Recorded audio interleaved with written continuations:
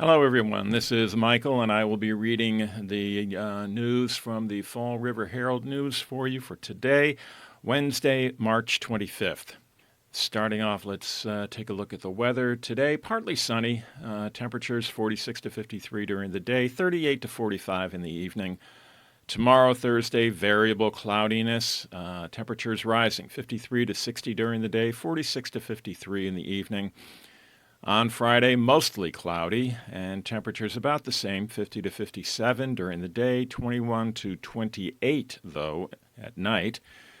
On Saturday, partly sunny, but temperatures drop 39 to 46 during the day and 25 to 32 in the evening. And on Sunday, showers, 45 to 52 during the day and 31 to 38 at night. In local news, quote, "It should have been a longer sentence," unquote. Family says drunken driver didn't get enough jail time for killing 3. Relatives of a family of 3 killed by a drunk driver in a car crash on Christmas 2023 said 12 to 15 years in state prison isn't a harsh enough sentence for taking 3 lives.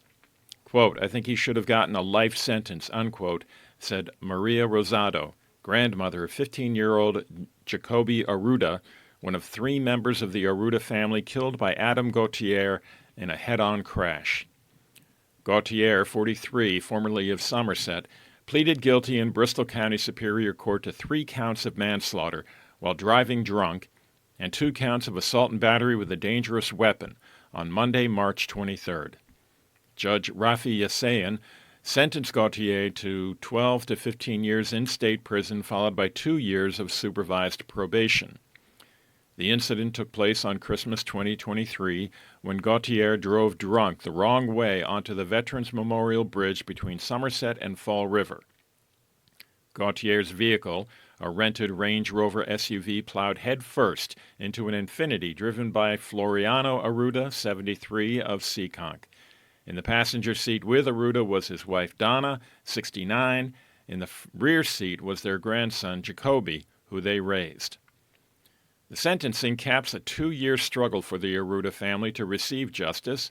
Gautier changed his plea from not guilty to guilty on the day the matter was scheduled to begin a jury trial. Several members of the Arruda's family made passionate impact statements, struggling through tears to ask Yassayan to give Gautier the maximum allowable sentence. The family set up life-size portraits of Floriano, Donna, and Jacoby that faced Yassayan and Gautier as they described the horror of finding the wreck on Route 6. Gautier listened to the family describe how their favorite holiday has been ruined forever and how they watched their loved ones die. Gautier himself wept frequently during their statements, including when Floriano's sister, Marie Poirier, recalled seeing, quote, "my family's car destroyed and realizing it was our family inside," unquote. Quote, "My brother and I were extremely close since I was a little girl," unquote, she said, sobbing. Quote, "He was my protector, my friend. The ache of losing him is constant," unquote. Her husband, Roy, said Floriano was more than his brother-in-law, but also his best friend since they were 13. On the night of the crash, he and Marie were 3 cars behind them, and the devastation they witnessed, quote, "will haunt me for the rest of my life," unquote, he said. He described their vehicle crushed and twisted by the impact, Donna stunned and injured, while Floriano slumped against the console, quote, "moaning in pain," unquote. Quote, "In the back seat, Jacoby lay motionless. I rubbed his leg, called his name, no response," unquote, Roy Poirier said. Quote, "Jacoby never made it off the bridge that Christmas night," unquote. When EMS arrived and pulled the victims from the wreck, he said, EMS asked him to stay with Floriano and comfort him. Quote, "Never in a million years would I imagine I'd be in this situation," unquote, he said. Quote, "I was in the middle of a highway, kneeling down, holding my best friend's head, watching them die," unquote. Other family members stressed that Gautier made a decision to drive drunk, and that this was the consequence. In a statement by Lisa Arruda Graham, read by Assistant District Attorney Russ Ionis, she wrote, quote, "I don't think he got behind the wheel of his car thinking he was going to kill 3 people that night, but the outcome was still the same. The family had strong community ties to Fall River and the South Coast. Floriano gave of his time coaching kids at Fall River's Maplewood Youth Baseball League. Jacoby was a talented athlete. He played baseball at Dighton Middle School and both baseball and football at Dighton Rehoboth Regional High School. Jacoby also lent his gifts to the Dartmouth Youth Football League and in AAU baseball. Donna, who worked in the cafeteria in the Dighton Rehoboth school system, was known to give extra food and collect warm clothes for needy kids. Quote, "The void they left in my life is enormous," unquote, said Marie Poirier. Quote, "Our entire family feels it every day," unquote. Gautier was born in Fall River and lives in New York. He told Yasayan he is married, graduated from Boston University with a bachelor's degree in finance, and for the past 15 years has worked in human resources at Google. Defense attorney Kevin Reddington said, despite the lengthy case and his not guilty plea, Gautier has always, quote, accepted responsibility, unquote. Quote, "He had a breakdown in my office the very first time I met him and acknowledged it was his fault," unquote, Reddington said. Quote, "He was full of grief, remorse," unquote. Several people were with Gautier before court proceedings and became emotional when Gautier read a statement apologizing to the family. Quote, "Words cannot express the level of remorse, shame, and guilt I feel," unquote, Gautier said, crying. Quote, "I simply cannot imagine the pain that I caused, especially when I think of Jacoby. My heart simply breaks that my actions not only caused his death, but at such a young age," unquote.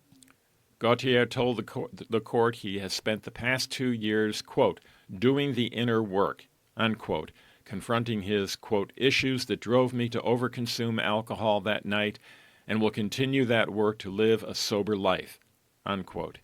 He said that when he is released from prison, he wants to spread the message of how drunken driving can shatter people's lives. Quote, "I want to directly say to the Arruda family, I'm sorry," unquote. Representatives of Gautier's family did not speak with reporters after the hearing. Members of the Arruda family have filed a civil lawsuit against Gautier. That had been paused pending the outcome of the criminal case. Yasayan and Reddington both noted that the family has appeared regularly en masse at every hearing for years, including routine scheduling matters. Family member Rebecca Carrero said that their constant level of anxiety is, quote, "a little better now," unquote, that the criminal case is over.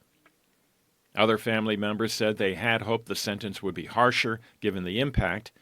District Attorney Thomas Quinn III said he agreed that, quote, "it should have been a longer sentence given the gravity of the conduct and the harm caused," unquote. After the turmoil of the criminal case, Quinn said, quote, "I hope at some point they can come to terms with this and move forward for their own sake," unquote. Roy Poirier, a fixture at the hearings for the past 2 years, said the reality of the situation struck him when, quote, "hearing those handcuffs click," unquote, as court officers took Gautier into custody. Gautier will serve his sentence at Sousa Baranowski Correctional Center. He will be eligible for release in 2038. In other local news, Price Right in Fall River raises $6,756 for the Greater Boston Food Bank. Price Right Marketplace's annual Checkout Hunger campaign raised nearly $27,500 for local food banks this year. The campaign ran from November 2025 through January 2026, collecting donations at checkout to help address hunger in communities served by the supermarket chain, according to a community announcement. Since 2002, Price Right has raised over $2 million for the Checkout Hunger initiative. The Price Right Marketplace store in Fall River was the top fundraiser this year, bringing in $6,756 for the Greater Boston Food Bank. The funds raised will benefit several food banks, including Connecticut Food Bank and Food Share in Connecticut, Capital Area Food Bank and Maryland Food Bank in Maryland, Food Bank of Western Massachusetts, the Greater Boston Food Bank, and Worcester County Food Bank in Massachusetts, New Hampshire Food Bank in New Hampshire, Community Food Bank of New Jersey, and Food Bank of South Jersey in New Jersey, Feed More WNY Food Bank of Central New York, Food Link and Regional Food Bank of Northeastern New York in New York, Central Pennsylvania Food Bank, Helping Harvest, Philabundance, Second Harvest Food Bank of the Lehigh Valley, Second Harvest Food Bank of Northwest Pennsylvania, and Weinberg Northeast Regional Food Bank in Pennsylvania, Rhode Island Community Food Bank in Rhode Island. The checkout campaign continues to be a meaningful tradition at Price Right, and we are grateful to our customers and team members who make it possible year after year, said Kevin McDonald, president of Price Right Marketplace. Quote, with so many of our neighbors facing food insecurity, these contributions help local food banks to provide essential support to individuals and families when they need it most. Price Right Marketplace also contributes about $500,000 to local food banks and food pantries each year through the Feeding Minds and Bodies initiative in partnership with Feed the Children. The company opened its first store in 1995 and now operates 53 grocery stores in Connecticut, Massachusetts, New Hampshire, New Jersey, New York, Pennsylvania, and Rhode Island. Turning now to national news, airport leaders urge end to standoff. As immigration and customs enforcement officers deployed to ease security lines at airports across the country, the pressure on the White House and Capitol Hill to end the partial government shutdown, which affects the Department of Homeland Security, reached its highest point yet. However, as of the morning of March 24th, Trump hadn't yielded. Instead, he upended sensitive negotiations among lawmakers, bucking Senate Republicans and aides by tying the shutdown fight to the Save America Act, which has little chance of surviving Congress. The dashed hopes of a nascent shutdown off-ramp came at a critical juncture as the nation's airports reach a virtually untenable tipping point. Transportation Security Administration agents will go another week without pay, and call-out rates are spiking by the day. At least 400 have resigned. In response to long wait times at security checkpoints, Trump deployed immigration officers to more than a dozen major airports. Congressional Democrats and some Republicans have refused to authorize DHS funding until changes are made to immigration enforcement. On March 23rd, the CEOs of Airports Council International, North America, and American Association of Airport Executives, along with more than 100 airport leaders, implored Congress in a letter to end the funding standoff, citing concerns, quote, about the growing operational disruptions at airports. The impacts of the shutdown are significant, growing, and potentially long-lasting, unquote. The TSA Workers' Labor Union said ICE officers have not received the months of training required for the airport security role. TSA officers said the ICE staff were adding confusion. Senate Majority Leader John Thune, Republican from South Dakota, spoke to Trump on March 22nd, according to a person familiar with the conversation, to discuss a deal floated by White House staffers to potentially bring the funding crisis to an end before Congress is supposed to leave for a 2-week Easter recess. Part of the proposed compromise, which has support among key Senate Republicans, lawmakers could vote to sustain the rest of the department, including TSA, while postponing a vote on ICE funding. Despite the shutdown, ICE has continued operating, pulling from a vast reserve of cash allocated to it via the One Big Beautiful Bill Act that passed Congress in 2025. Instead of a more typical appropriations bill, Thune and Trump talked about how money could be routed to ICE with another reconciliation bill, which USA Today has reported lawmakers are already in talks about passing later this year. The president rejected that offer. Quote, he's got a view about, connecting everything to the Save America Act, unquote, Thune told reporters on March 23rd. Quote, my view is we should deal with the immediate crisis in front of us and figure out how to fund the government, unquote. The White House referred USA Today to a recent social media post from the president in which he acknowledged that reopening DHS is not his biggest legislative priority. After the White House declined to meet again with Senate Democrats, Senate Minority Leader Chuck Schumer, Democrat from New York, accused Trump of trying to, quote, sabotage negotiations, unquote. Border czar Tom Homan, whom Trump put in charge of the ICE deployment to airports, has met several times with Senate Democrats and Republicans, prompting what lawmakers and aides have called constructive conversations and positive headway, especially about ramping up the use of body-worn cameras and reforming officer training. Meanwhile, scenes of immigration enforcement officers sparked unease at many airports. Former Trump aide Steve Bannon suggested on his podcast March 23rd that the deployment of immigration officers to airports could be a, quote, test run, unquote, for a similar move during the upcoming midterm elections. Conservative lawyer Mike Davis responded that ICE officers should be deployed to polling locations because people who are in the country illegally can't vote, and U.S. citizens should be glad to see immigration staff. Quote, pick them out of line starting today and maybe the lines get shorter, unquote, Bannon said. The scene at New York City's LaGuardia Airport, where CNN reported that ICE officers were sent on March 23rd, remained complicated by a crash on a runway between an Air Canada Express jet and a fire truck that killed 2 pilots. The long wait times to get through security caused delays for investigators responding to the crash scene, National Transportation Safety Board Chair Jennifer Homendy said. NTSB investigators began arriving at the scene of the crash by 3 a.m. Eastern Time on March 23rd, within hours of the crash, she said, but at least one specialist was caught up in the lines.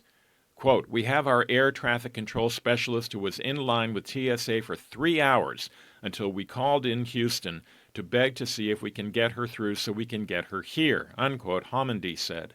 Quote, so it's been a really big challenge to get the entire team here, unquote. Investigators were able to recover the plane's cockpit voice recorder, a device that records the pilot's conversations, and the plane's flight data recorder, or black box. The NTSB will lead the crash investigation, and Canadian government investigators will head to New York to participate in the probe. Federal investigators said the runway where the crash took place will be closed likely until March 27th. Quote, I just want to express how much debris there is, unquote, Homendy said. Quote, we need to go through all that, unquote. The crashed jet remained visible at the airport on March 23rd, its crushed cockpit pointing skyward. Flight Aware, a flight tracking site, said about 19% of flights at LaGuardia had been canceled as of 9 a.m. Eastern Time, March 24th. In other national news, Mullen to lead DHS amid partial shutdown. With immigration hardliner Markwayne Mullen scheduled to be sworn in as the head of the Department of Homeland Security on March 24th, the pugilistic Oklahoma Republican senator is tasked with leading a critical federal agency that has been partially shut down for nearly 6 weeks. Mullen faces the agency's mounting crisis as well as the immigration agenda of a White House that has increasingly found its enforcement policies to be a political liability in a midterm year that could cost the president's party control of Congress. After the killings in January of 2 Minnesotans by Immigration and Customs Enforcement and Border Patrol officers, Democrats refused to fully fund DHS, the 9/11-era cabinet agency those divisions fall under, until the White House agrees to reforms. Funded by other cash reserves, ICE and CBP have continued operating. After a period of relative calm, the consequences of the shutdown have been dramatically worsening, seemingly by the day. The operations of the Transportation Security Administration, or TSA, which is part of DHS, have rapidly devolved as unpaid workers call out sick with greater frequency. Hundreds of employees have resigned entirely, causing security lines to snake around airports across the country. Negotiations to reopen DHS have gained steam in recent days amid the tenuous situation. Mullen, a close friend of President Donald Trump's and a lawmaker with an adeptness at navigating congressional dynamics between the House and Senate, has pitched himself as the person to right the ship.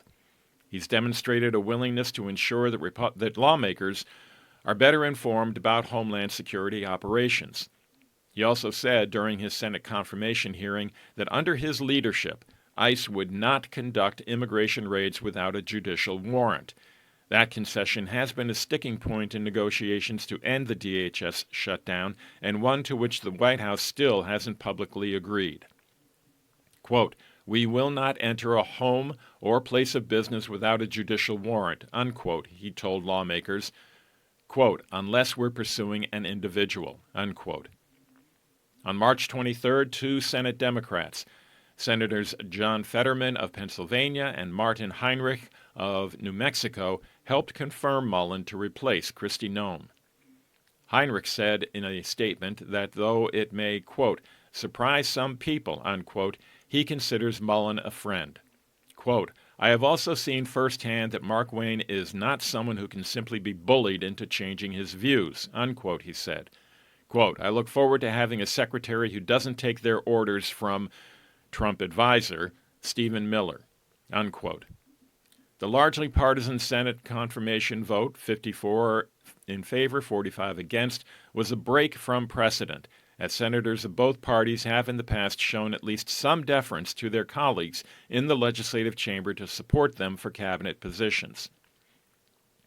All GOP senators except for one, Senator Rand Paul of Kentucky, voted to confirm Mullen, a former mixed martial arts fighter who ran a multi-million-dollar plumbing business before he was first elected to Congress as a member of the House more than a decade ago. During Mullen's confirmation hearing, Paul, the chairman of the Senate committee that oversees DHS, called him a, quote, "man with anger issues," unquote.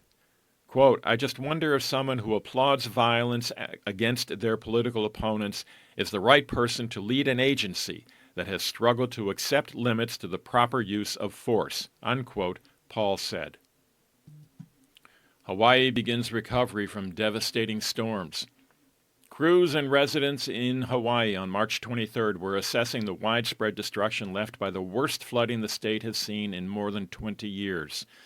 Back-to-back Kona storms, which are subtropical low-pressure systems that typically impact the leeward side of the Hawaiian Islands, brought devastating rainfall and high winds in Oahu and Maui. Floodwaters washed out homes, damaged roads, submerged vehicles, and threatened a major dam in northern Oahu over the weekend. Quote, "On average, 1 to 2 Kona storms affect Hawaii each season. However, it is extremely rare for 2 Kona storms to impact the islands within the same month, especially in the span of a week," unquote, said AccuWeather senior meteorologist Alex Sosnowski. The storms prompted evacuation orders for about 5,500 people north of Honolulu, and more than 200 people were rescued from catastrophic flooding, authorities said. Evacuation notices were later lifted. Aerial images and videos showed inundated communities and destroyed homes covered in thick mud. Scott Humber, spokesperson for the Honolulu Emergency Operations Center, told USA Today that it was, quote, "too early to provide a reliable damage estimate," unquote. Quote, "Our immediate focus remains on life safety, supporting impacted residents, and stabilizing affected areas," unquote, Humber said in a statement. Quote, "As conditions improve, city teams will continue damage assessments across impacted communities," unquote. Multiple departments from the city of Honolulu were assisting with debris removal, according to Humber. The Honolulu Ocean Safety Department and Honolulu Fire Department were also helping with safety operations, and local police were providing traffic control and security. Quote, "Today we are deploying additional resources directly into Waialua, including more than 24 roll-off dumpsters to support large-scale cleanup, and we have waived tipping fees to make it easier for residents to dispose of debris," unquote, he said. Damage from the flooding to numerous homes, roads, schools, airports, and a Maui hospital could total $1 billion, according to Hawaii Governor Josh Green. The storms impacted many areas of the island, but Oahu's north shore was hit particularly hard. The Honolulu Board of Water Supply issued a boil water notice for residents, warning of the risks of harmful bacteria. The agency was unable to provide an estimate of when water service will return. The governor advised residents to, quote, "remain cautious as conditions stabilize," unquote, and noted that some areas were still experiencing flooding, road closures, or infrastructure damage. He urged the public to avoid entering floodwaters and unsafe areas. Quote, "The strength of Hawaii is our people," unquote, Green said in a statement. Quote, "I want to thank our essential workers and partners for their incredible dedication, and I am deeply grateful to the people of Hawaii for looking out for one another during this challenging time," unquote. The flooding in Hawaii is the worst the state has seen since October 30th, 2004, Manoa flood, according to Green. Turning now to the war in Iraq, more U.S. troops expected in Gulf. The Pentagon is expected to send thousands of soldiers from the U.S. Army's elite 82nd Airborne Division to the Middle East, two people familiar with the matter told Reuters on March 24th, adding to a massive U.S. military buildup, even as President Donald Trump talks about a possible deal with Tehran to end the war. Reuters first reported March 18th that Trump's administration was considering deploying thousands of additional U.S. troops, a move that would expand options to include deployment of forces inside Iranian territory. Such an escalation could dramatically raise the stakes in the conflict, which is already in its fourth week and has roiled global markets. The officials, speaking on the condition of anonymity, did not specify where in the Middle East the troops would go or when they would arrive in the region. The soldiers are stationed at Fort Bragg, North Carolina. The U.S. military referred questions to the White House, which did not immediately respond to a request for comment. No decision had been made to send troops into Iran itself, one of the sources told Reuters, but they will build up capacity for potential future operations in the region. One of the sources said the Pentagon was set to send between 3,000 and 4,000 soldiers. The soldiers' deployment follows Reuters' March 20th report about the U.S. decision to send thousands of Marines and sailors aboard the USS Boxer, an amphibious assault ship, along with its Marine Expeditionary Unit and accompanying warships to the Middle East. Prior to the additional forces being sent to the region, there were 50,000 U.S. troops there. News of reinforcements comes just a day after Trump postponed threats to bomb Iranian power plants, saying that there had been productive talks with Iran. But after Trump's Truth Social comment March 23rd, Iran denied that any talks had been held. The United States has carried out strikes against 9,000 targets inside Iran since U.S. and Israeli military operations against Iran started on February 28th. 13 U.S. troops have been killed so far in the war, and 290 have been wounded, a U.S. official said. While 10 remain seriously wounded, 255 troops have returned to duty. Sources had previously said the U.S. military was looking at options in the Iran war, including securing the Strait of Hormuz, potentially by deploying U.S. forces to Iran's shoreline. The Trump administration has also discussed options to send ground forces to Iran's Karg Island, the hub for 90% of Iran's oil exports, Reuters has reported. That's all the time that I have. This has been Michael reading the Fall River Herald News for you for today, Wednesday, March 25th. Please have a wonderful day for yourself.